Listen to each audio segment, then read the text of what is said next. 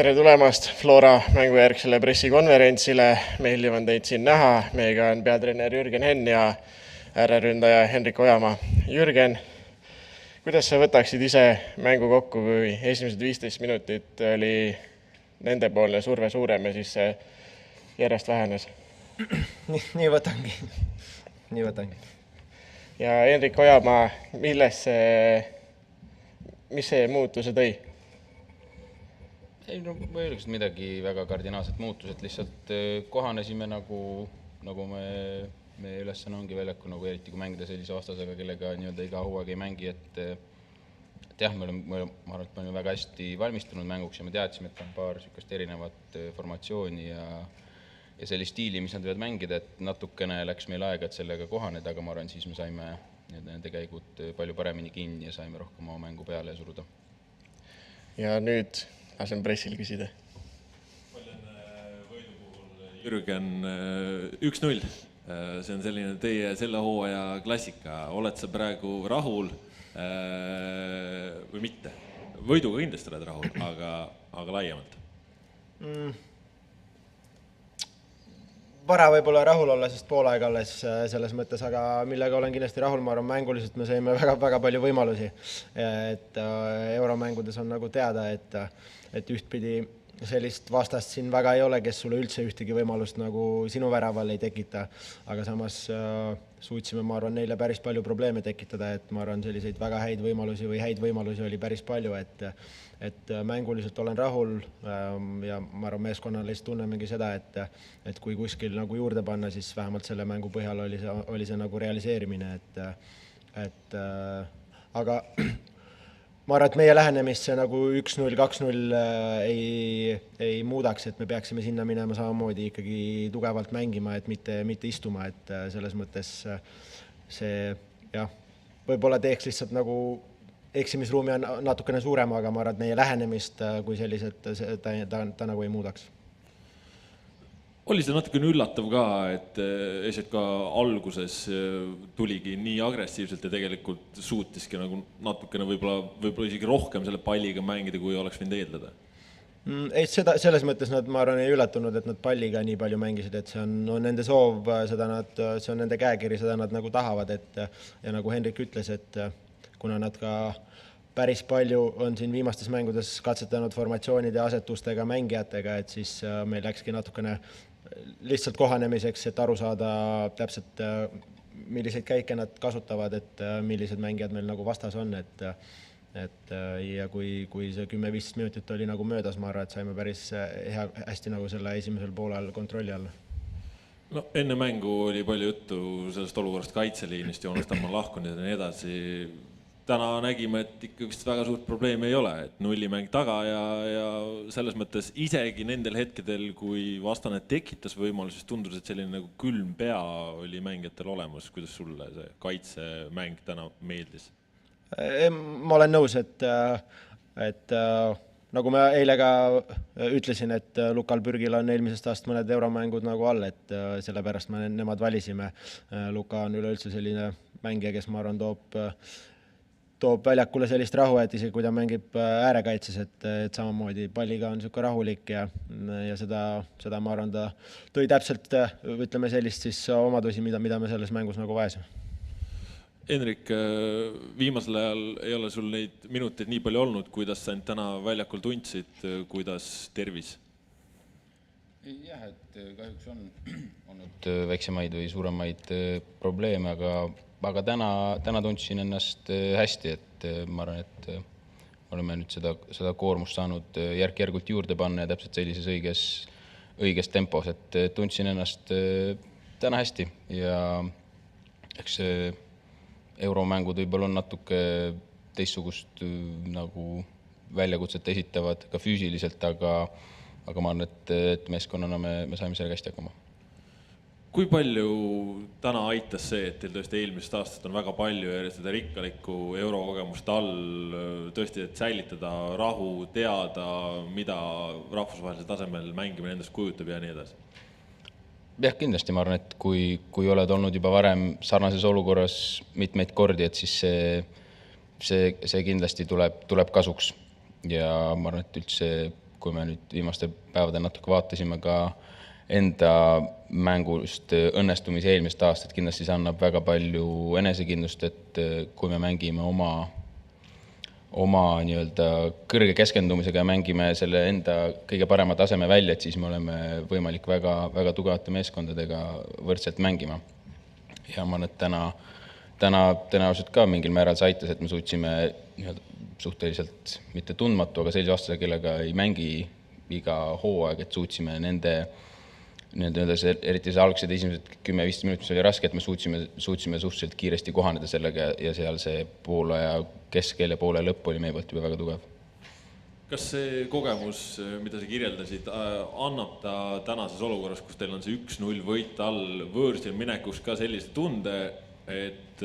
ei pea muretsema, et kõik on täiesti tehtav või jätab see tunde, et kõik on ikkagi veel täiesti lahti? No nagu varem ka Jürgen mainis, et ikkagi tegelikult on poolaeg, muidugi me oleme eelmine hooaeg nendes olukorras, kui me läksime nii-öelda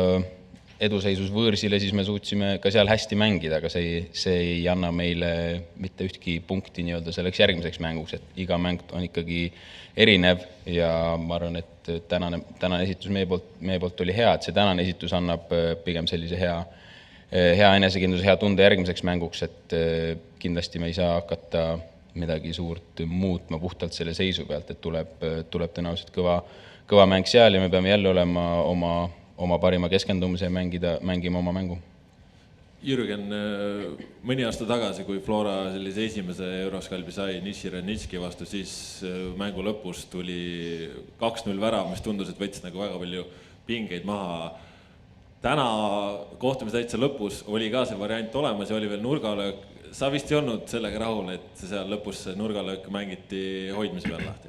Jaa, lihtsalt mina teadsin, et see on tõenäoliselt viimane pall, et mängijad ilmselt täpselt ei tea palju seal kellal on, et mina olin suhteliselt vendunud, et see on viimane pall, et mängiks alla, aga ma saan nagu mängijatest selles olukorras nagu aru, et seal enam ei tahetud järelikult nagu ühtegi riski võtta, et jah. No tõesti, kui see paralleel veel selle Nissi Renitski mänguga tuua, siis toona see 2-0 oligi selline, ikkagi vabastav tunne oli sellega, ta andis väga palju enesekindlust juurde. Kas täna sa tunned, et te meeskond on tegelikult juba selles seisus, et see 1-0 on teie jaoks, ma ei taha öelda, et piisav, aga see 1-0 ei tundu nii rabe, kui ta võib-olla tundus see 3 aastat tagasi Nissi Renitski vastu? Väga raske on niimoodi öelda, et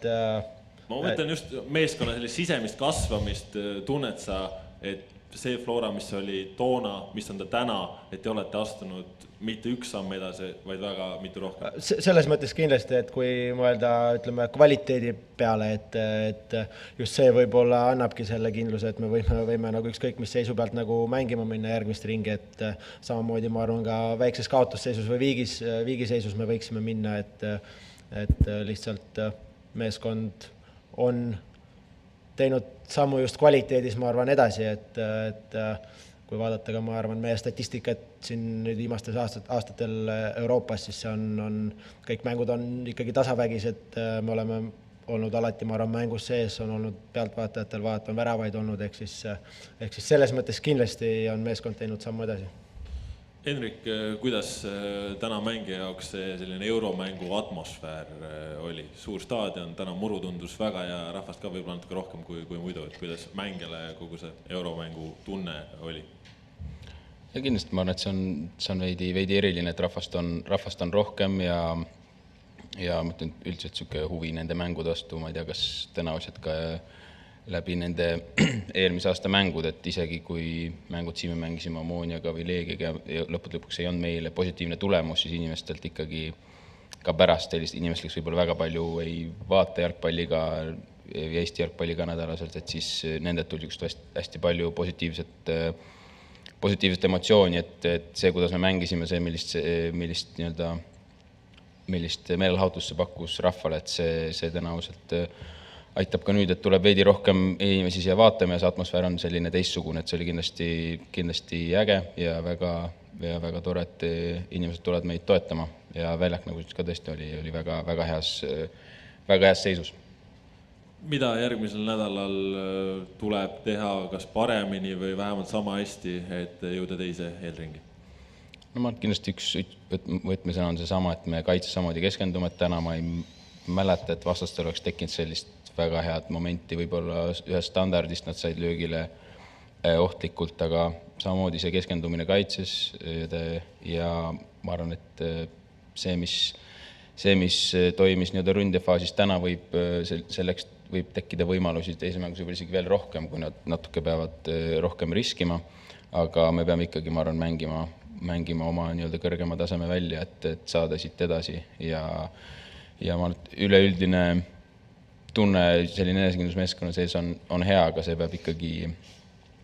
peab olema meil ikkagi kuskil kuklas kogu aeg, et on ainult pool aeg ja ma arvan, et kui vaadates seda, milline see nii-öelda jutud ja milline emotsioon oli riietusumis pärast, ma arvan, et me oleme endiselt väga, väga hea fookusega ja lähme sinna mängima julgelt ja hea keskendumisega. Jürgen, kas tipuründajad peavad hakkama varsti Martin Milleril välja ka käristama, et tema nendest väravaid lööb? Ei, ma arvan, et Miller peab tipuründajatele võib-olla välja käristanud, on nii häid ruume tekitavad. Aga ei, muidugi Miller on väga, ütleme, leidnud sellise hea rütmi, ma arvan, seal eriti koostöös Allikuga, et väga hästi, ma arvan, üksteist tunnetavad, mängivad väga hästi kokku, et samamoodi ka viimane euromäng siin kodus Partisani vastu nende liikumisest Miller selle värava lõi siin, et ma arvan, nende see hea kombinatsioon, et mõlemad sellised head liikuvad mängijad tekitavad üksteisele ruume, mängivad kokku üksteisega väga töökad mõlemad, osavad, ma arvan, väikses alas, et jah, võib-olla peavad üksteisele tegema midagi välja, ma ei tea. Kuidas sa täna keskväljaga rahul oled? Flora on sel aastal matku muutnud seda, Vassiljev mängib madalamal, Miller kõrgemal, Soomets on nüüd ka jõuliselt esile tõusnud, et kuidas sulle just täna euroväljakul nüüd tundus see Vassiljevi ja Soometsa koostöö, kus jällegi rollid on üpris selgelt määratletud? Ja ma arvan, et on nagu hästi paika loksunud, et Soo on leidnud võib-olla sellise kindluse, mida rahvusvahelisel tasemel on vaja, et ma arvan, täna mängis väga-väga tugeva mängu, et kui ta siin on varasemalt olnud võib-olla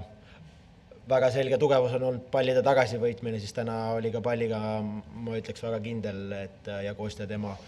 kõrval on teada, et naudib sellist vabadust seal madalamal mängimist, kus ta saab rohkem palli natukene suuremas võib-olla ruumis ja sealt avada mänge. Kui sinna juurde lisada Miller, kes on ees hästi liikuv, siis ma arvan, et selle keskvälja nagu rollid on sellel aastal hästi paika loksunud. Henrik, ma küsin sinult veel seda, et alati enne euromänge või euromängudega seoses räägitakse, et kui euromängud on, siis väljakul olev intensiivsus, jõulisus on midagi teistmoodi, kui ta on premium-liigas. Kuidas täna mängijana seda tunnetasid? Oli ta midagi nii uudset või pigem mitte? Ma arvan, et iga mäng on ikkagi veidi erinev, aga ma arvan, et tänane mäng oli, võib öelda siis, ma arvan, võrreldav selline Eesti tippude omavalise mänguga selle intensiivsuse ja selle poole pealt, et võib-olla lihtsalt, kui me vaatame vastajaid, nendel oli päris süke, eriti standardolukurs, palju pikki mängeid, et said viia sinna jõudu ja ka nagu väravaht, kui ta avas palli pikakatsi, nendel oli ikkagi selliseid jõulisi mängeid seal ees, et ründaja näol eriti, et ma arvan, et see võib-olla keskkaitsjatel oli see duell süke palju füüsilisem, millega nad on harjunud, aga ma arvan, et mujal väljakul võib-olla nii palju seda ei tulnud ette, et kaitsjad pidid kõvasti ikkagi minema, eriti nendes õhuvõitlustesse pika ründajaga said sellega hästi hakkama. No sa ise oled Eesti liigas tuntud ka jõulisemalt sorti mängijaga, kohtunikud tihtipeale võtavad su vastu asju ära. Täna, kuidas Serbia kohtunikuga mängida oli? Kohtuniku küsimused alati väga rasked küsimused, siin nagu ei saa võita ühegi vastusega. Palju, ma arvan, et kuigi pärast vaata protokolli, siis tal võib jääda mulje, et oli jõulisem mäng, kui tegelikult oli. Minu kord kõik. Ma ühe küsimuse küsin veel, Jürgen. Palju õnne võidu poolt minu poolt ka. Siin käis ka Soome treener, kes ütles, et tema arvab, et nende meeskond oleks väärinud sellest mängust rohkem. Anna omapoolne vastulause sellele kommentaarile.